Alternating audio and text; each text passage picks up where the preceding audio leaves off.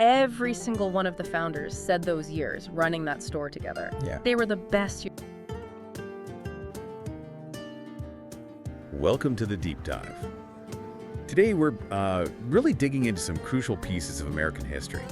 Institutions that have shaped culture and resistance for, well, almost 2 centuries now. That's right. Our mission today is to unpack the history, the really extraordinary and often overlooked history of Black-owned bookstores in the U.S.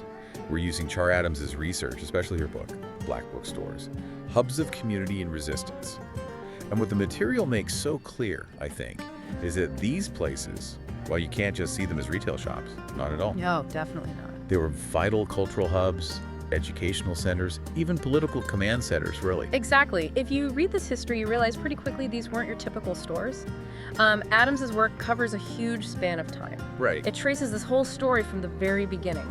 The first Black-owned bookstore we know of, opened by an abolitionist in New York, back in the 1830s. The 1830s, wow. Yeah, and it follows that line right through the Civil Rights era, the Black Power movement, and, brings it right up to today with Black Lives Matter. So a long lineage. A very long lineage. And if you had to kind of summarize the key insight, the big takeaway, it's that these bookstores, they were functioning as these essential hubs for community, for education, for political organizing. They're kind of like undeclared headquarters. Undeclared political and educational headquarters, absolutely. That's a great way to put it. Always trying to balance, staying afloat as a business with this intense commitment to activism. I really like that framing. It changes how you look at them completely. So Yeah. let's unpack that a bit more, this foundational role.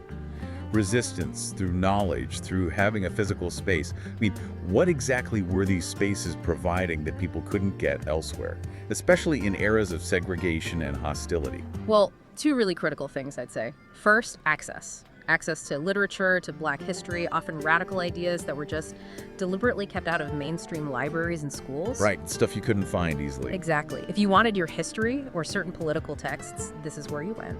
And second, maybe even more important, they offered safe spaces. Safe spaces? Yeah. Yeah. Places where Black people could gather, learn, organize, just be, away from hostile environments. That was incredibly rare, incredibly valuable. Safety, community, discourse. And the book shows this isn't just like something that happened in the past, right? It's not just a historical artifact. Not at all. This legacy from the 19th and 20th centuries, it flows directly into the 21st. You see new generations finding ways to keep these places going, innovating. Sustaining them, yeah. Yeah. Because the need, fundamentally, never disappeared. And the book gives you these really concrete examples of their political weight. I mean, think about this. Malcolm X. Yeah. He actually delivered speeches at a specific spot, a speaker's corner, right outside a bookstore in Harlem. Wow. Right outside the store. Right outside. That tells you something, doesn't it? That a Black bookstore was often the most visible, established, politically charged place in the neighborhood. It's not just somewhere to buy a book. It's an active site of power. And when you have that kind of visible power, that kind of organizing, well, it attracts attention. Not always good attention. No, definitely not. Which brings us to the challenges. Right. The immense struggles these businesses face. It wasn't just about, paying the rent or competition. Absolutely. The threats were coming from all sides. Economically, these places were often undercapitalized from the start. Then later you get gentrification, rising rents, displacement, all hitting these community anchors hard and politically. Overt racism, direct threats because of their activist role. And this is where, for me, the story takes a really startling turn. The surveillance aspect. Oh, yeah. The author, Char Adams, she said the whole idea for the book actually came from reading an article about state surveillance. Specifically, J. Edgar Hoover. Hoover, yeah. COINTELPRO. Exactly. He actually ordered the FBI to target and surveil Black-owned bookstores across the country in the 60s and 70s. Think about that for a second. The FBI targeting bookstores. It's incredible. It just elevates the simple act of, selling books or hosting a reading group to something subversive, something worthy of the nation's top security agency. It really reframes what it meant to run one of these places. Totally. If the FBI is watching you, running a bookstore isn't just about inventory and balancing the books. It means you are actively surviving while being embedded in this social and political struggle under constant government scrutiny. The threat was real, institutional. And there's a specific story in the book that just grounds this idea so powerfully. resistance against that surveillance, Daphne Muse. Ah, yes, Daphne Muse's story. She was an activist, worked at the Drum and Spear bookstore in D.C. back in the 60s, a store run by activists, for activists essentially. Right. And she talks about, in her early 20s, being followed home every night by this slow-moving black car, FBI agents presumably. Just imagine that, night after night, the intimidation. The constant pressure. Yeah. But then there's this moment of pushback. The door incident. Exactly. She describes agents actually banging on her front door one day. And instead of hiding or ignoring it, what does she do? She opens the door Just enough to look them right in the eye. and slams it shut, right in their faces. Bam. Just like that. Such a small act, in a way, but so defiant. Decades later, Adams notes, she tells that story with this huge smile, full of pride. It really changes the definition of what a bookseller could be, right? Yeah. They were frontline activists, using these quiet, personal acts of resistance. That's resilience. It absolutely is. And that story, it illustrates the struggle, but the author is careful to point out something important. Which is? That these stories, they aren't just about hardship. We shouldn't define these places only by the threats they face. Right. We need to talk about the joy, too. The community, the vibrancy. Exactly. Because if they were centers of resistance, they were absolutely also centers of celebration and culture. So what did that look like? Well, the book talks about all sorts of things. Cultural events, obviously, author talks, programs for young people, but also things described as epic book parties. Epic book parties. I like the sound of that. Me too.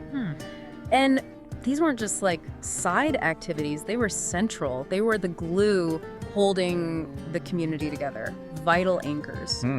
There's another great anecdote that really captures this. A bookstore in Kansas back in the 70s called The Hub, run by 4 friends. And they talked openly about the trouble they faced. Targeted by police sometimes, the usual pressures we've discussed. So the struggle was there, too? Oh yeah, definitely. Yeah. But despite all that friction, all that hardship, every single one of the founders said those years running that store together, they were the best years of their lives. Wow.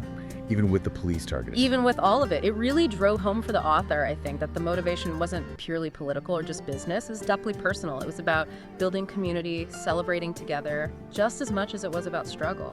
That really resonates, that blend of struggle and joy. And the author found this thread, this powerful connection, linking all these different stores across nearly 2 centuries. What was that common thread?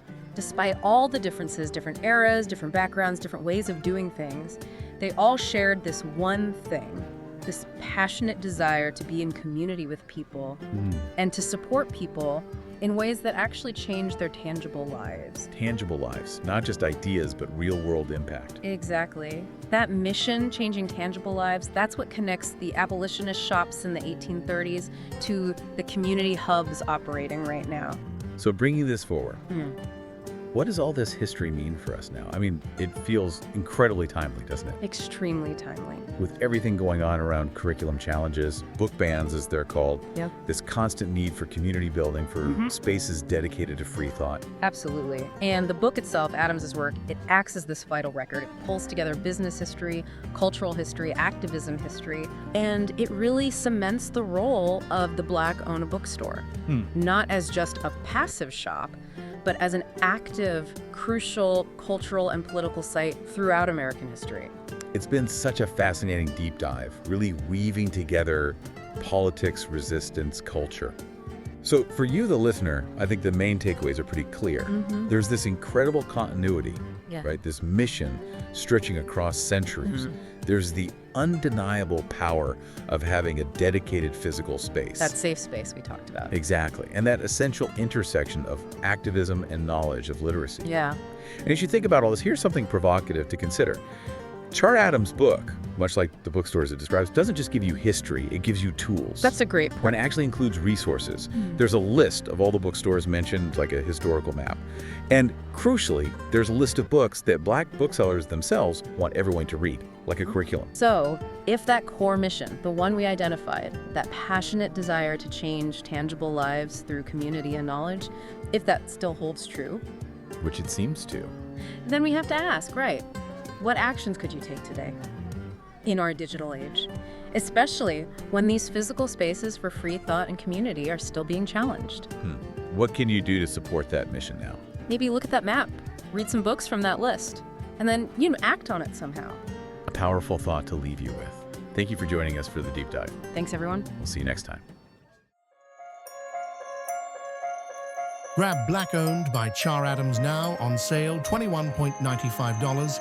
Don't miss this chance and build good habits and achieve remarkable results. Buy now, today.